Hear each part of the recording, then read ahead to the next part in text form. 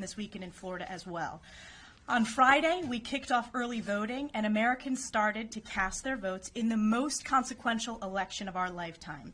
The American people have to ask themselves one important question. Are you better off today than you were under President Trump? The answer is a resounding no.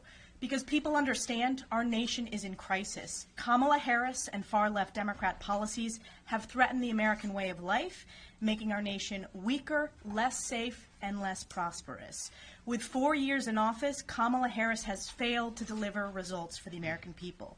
We had the strongest economy in history under President Trump, the most secure border in modern history, and a peace-through-strength foreign policy that brought global security.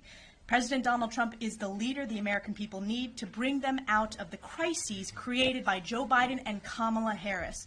Look at where we are today, the highest rate of inflation in my lifetime. And Kamala Harris was the deciding vote for Joe Biden's Inflation Expansion Act, the most wide open and dangerous border in modern history, in history of our country. That's because Kamala Harris failed as Joe Biden's open borders are. And take a look around the world. You have the catastrophic withdrawal from Afghanistan, where Kamala Harris was the last person in the room with Joe Biden.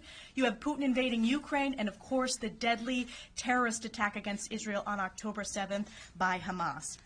Lastly, since this is a political press conference, I want to touch on the bombshell report from the Associated Press.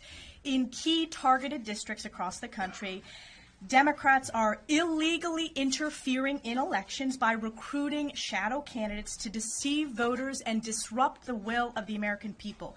These are blatant and unconstitutional attempts to undermine our democracy and election integrity. And we are joined today by two of those districts that the Democrats have illegally targeted. That's Congresswoman Jen Kagan from Virginia and Congressman Zach Nunn from Iowa. These are amazing members of Congress and combat veterans who represent districts where these Democrats are trying to undermine elections and are undermining our elections. And these districts have been directly impacted by far-left Democrat policies of Kamala Harris as well. I want to first turn it over to Zach Nunn from Iowa